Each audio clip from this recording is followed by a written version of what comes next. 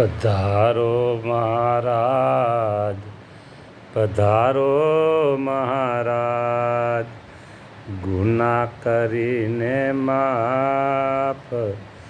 પધારો મહારાજ, ગુના અમારા કરજો તમે માફ. વાલા ગુના અમારા કરજો તમે માફ.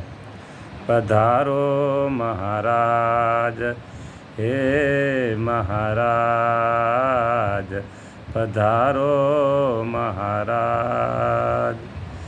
દયાળુ, તમે કૃપા કરી આજે અમારે ઘેર પધાર્યા.